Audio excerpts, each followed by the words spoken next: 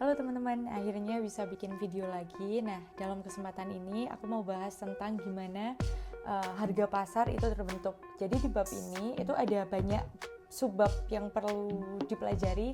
Yang pertama itu ada permintaan, terus kedua ada penawaran, ketiga ada keseimbangan pasar, empat ada elastisitas. Dalam kesempatan kali ini aku mau fokus bahas yang masalah demand atau permintaan. Jadi kalau kita ngomongin permintaan itu apa sih sebenarnya? Nah, contohnya mungkin bisa permintaanku kepada kalian untuk nge-share, nge-komen, nge-like videonya supaya teman-teman di luar sana yang butuh, entah itu teman-teman yang lagi sekolah di SMA, mungkin yang lagi kuliah semester awal, bisa tahu video ini sehingga bisa membantu mereka dalam proses pembelajaran. Oke, jadi kalau kita ngomongin permintaan atau demand, permintaan itu sendiri, nah kita harus fokus nih, kita lagi konteksnya apa. Nah, di sini kita mau bahas permintaan dalam konteks ekonomi. Dalam konteks ekonomi, permintaan itu merupakan jumlah barang yang diminta konsumen pada tingkat harga tertentu. Jadi intinya di sini kita mau ngomongin perilakunya konsumen, nanti ada hubungannya sama perilaku konsumen. Jadi ketika harganya segini, jumlah barang yang diminta berapa? Ketika harganya naik, jumlah barangnya gimana? Naik atau turun yang diminta? Terus kalau harganya turun, gimana? Seperti itu. Jadi intinya salah satu yang dibahas nanti pengaruhnya harga terhadap jumlah barang yang diminta. Oke. Jadi kalau kita ngomongin permintaan, benar tadi di awal aku bahasnya intinya pengaruhnya harga terhadap jumlah barang yang diminta. Tapi karena kita ngomongin perilaku konsumen, jumlah barang yang diminta di sini kan pastinya yang mempengaruhi nggak cuma harga barang itu sendiri, tapi ada faktor-faktor lain yang mempengaruhi jumlah barang. Nah, faktor-faktor lain yang mempengaruhi jumlah barang itu selain harga barang itu sendiri, yaitu ada pendapatan, kayak gitu. Jadi kalau pengaruhnya pendapatan terhadap jumlah barang yang diminta gimana? Nah, mungkin kalian bisa nilai kalian sendiri kan ya, ketika pendapatan kalian naik, kira-kira jumlah barang yang kalian minta gimana, naik atau turun, kayak gitu. Selanjutnya, selain pendapatan ada selera dari konsumen, seleranya terhadap barang itu gimana. Terus selain selera juga ada harga barang yang memiliki hubungan dengan barang itu. Maksudnya harga barang lain yang memiliki hubungan dengan barang itu, seperti barang substitusi atau komplementer. Misalnya kalau barang substitusi kan barang pengganti, misalnya contoh template tahu sama tempe, misal tahu penggantinya tempe. Ketika harga tempe naik, nah permintaannya tahu gimana? Karena tahu tadi menggantikan tempe, maka ketika harga tempe naik, kemungkinan masyarakat akan pindah konsum tahu, kayak gitu. Jadi ketika price-nya tempe naik, kuantitinya tahu naik juga, karena banyak orang yang pindah dari tempe ke tahu. Contoh simpelnya seperti itu. Selain faktor-faktor tadi yang mempengaruhi jumlah barang yang diminta, juga bisa kondisi alam, seperti itu. Nah, itu tadi faktor-faktor yang mempengaruhi barang yang diminta, jumlah barang yang diminta. Selanjutnya kita akan bahas kurva permintaan.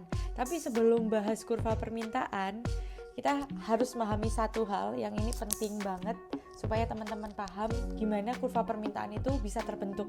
Kenapa kurva permintaan bentuknya itu melereng dari kiri atas ke kanan bawah, kayak gitu. Nah, jangan dihafalin, kalian harus tahu proses terbentuknya itu seperti apa.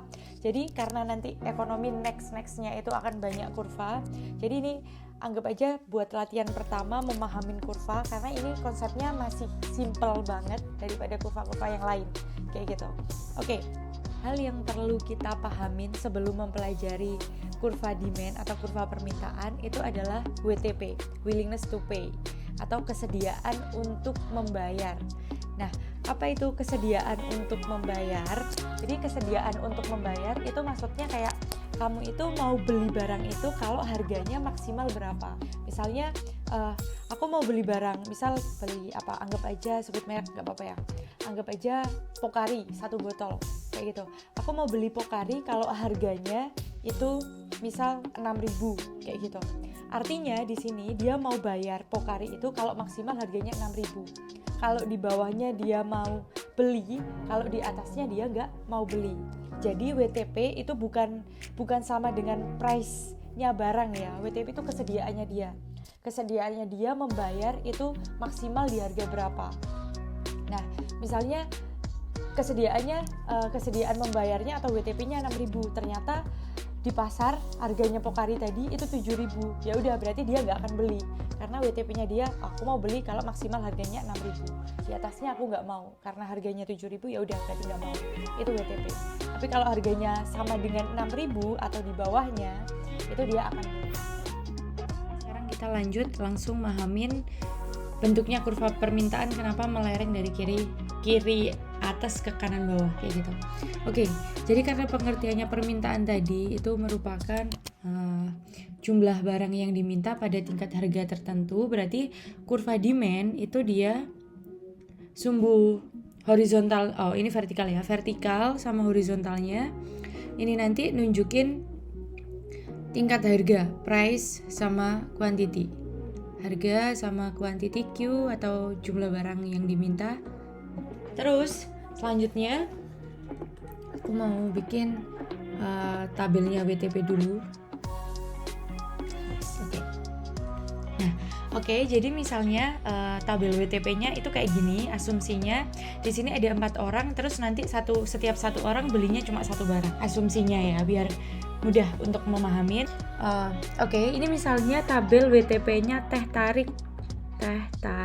Oke, jadi di sini misalnya Rani WTP-nya 10.000, artinya kesediaan dia untuk membayar maksimal harga teh tariknya 10. Kalau harganya di bawahnya dia akan beli, kalau di atasnya nggak akan beli. Andi juga seperti itu, tapi 12.000 WTP-nya. Jadi kalau harganya di atas 12 dia nggak akan beli, di bawahnya dia akan beli. Oke, kita langsung saja. Jadi misalnya di sini awalnya harganya 12.000 nih misalnya. Jadi ketika harga teh tariknya, jadi di sini itu kurva permintaan teh tarik. Kurva permintaan teh tarik. Oke. Misalnya seperti ini. Nah, awalnya misalnya harga teh tariknya 12 kayak gitu. Ketika harganya 12 berarti jumlah teh tarik yang diminta berapa cup, misalnya pakai cup ya, berapa cup kayak gitu. Ketika harganya 12 berarti kita lihat dari Rani WTP-nya 10 tadi artinya dia mau beli maksimal kalau harga teh tariknya 10, kalau di atasnya nggak mau. Otomatis karena harganya 12 Rani nggak mau beli. Nah sedangkan Andi itu mau, karena WTP-nya dia 12, maksimal 12. Kalau 12 atau di bawahnya mau beli, karena WTP-nya 12 berarti dia mau beli. Nah sedangkan Dika WTP-nya 14 kayak gitu, 14.000. Jadi karena WTP-nya 14.000 dia juga mau beli juga. Karena pengertiannya tadi maksimal harganya 14.000 Dika mau beli. Kalau di bawah mau beli, kalau di atasnya dia nggak mau beli. Vina apalagi, berarti dia juga mau beli. Berarti ketika harganya 12.000 permintaannya ada 3 orang. Andi, Dika, Vina. 3 orang berarti kurvanya kita tarik ketika harganya 12. Permintaannya 3, berarti titiknya ada di sini. Nah, kita sambungin set. Ketika harganya 12.000, jumlah teh tarik yang diminta 3. Nah, sekarang misalnya harganya turun dari 12.000 ke 10.000 kayak gitu. Nah, awalnya kan ketika 12.000 tadi permintaannya 3. Ketika harganya turun, sekarang berapa permintaannya? Oke. Berarti kan yang 3 orang tadi tetap akan beli, harganya 12 aja beli, apalagi 10.000 kan. Nah di sini Rani sekarang mau beli juga, berarti Rani masuk ke pasar nih, karena dia WTP-nya 10, sekarang harganya 10, berarti dia juga mau beli. Otomatis ketika harganya 10.000, sekarang permintaannya 4. Nah di sini. Oke, sekarang kalau harganya naik dari 10.000 ke 14.000 misalnya, 14.000. Nah, Rani otomatis gak mau beli, Andi juga gak mau beli. Yang mau beli cuma Dika sama Vina, kayak gitu. Karena harganya udah di atas kemampuannya Rani sama Andi, kayak gitu. Makanya permintaannya sekarang tinggal 2. Oke. Sorry. Nah, terus selanjutnya ketika harganya naik jadi 16.000, Dika nggak mau beli, yang mau beli tinggal Vina aja.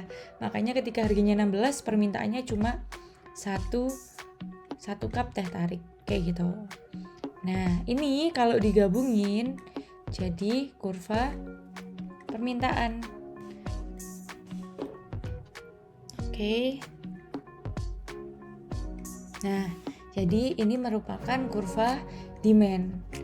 Oke, jadi sekarang alasannya kenapa kurva demand itu bentuknya melereng dari kiri atas ke kanan bawah itu tadi kayak gitu. Nah, makanya dari penjelasan ini tadi itu dapat ditarik kesimpulan kalau hukumnya permintaan itu ketika harga naik jumlah barang yang diminta akan turun. Kalau harga turun, jumlah barang yang diminta akan naik, kayak gitu. Nah, asumsinya hukum ini berlaku ketika faktor lain dianggap tetap atau ceteris paribus.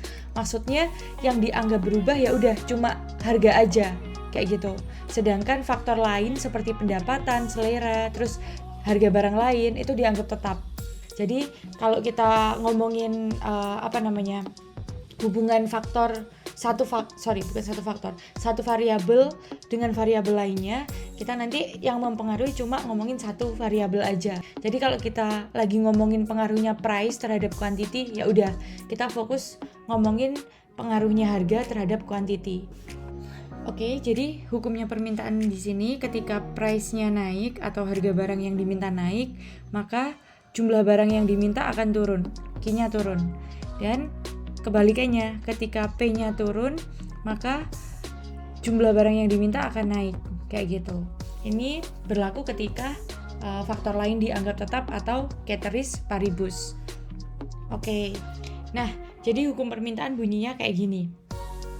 Oke, jadi kita udah memahami kenapa kok kurva permintaan bentuknya seperti ini, itu karena WTP.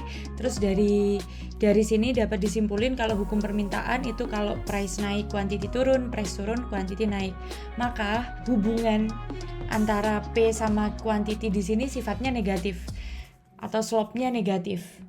Bukan berbanding lurus. Kalau berbanding lurus kan ketika P-nya naik, quantity-nya juga akan naik kayak gitu.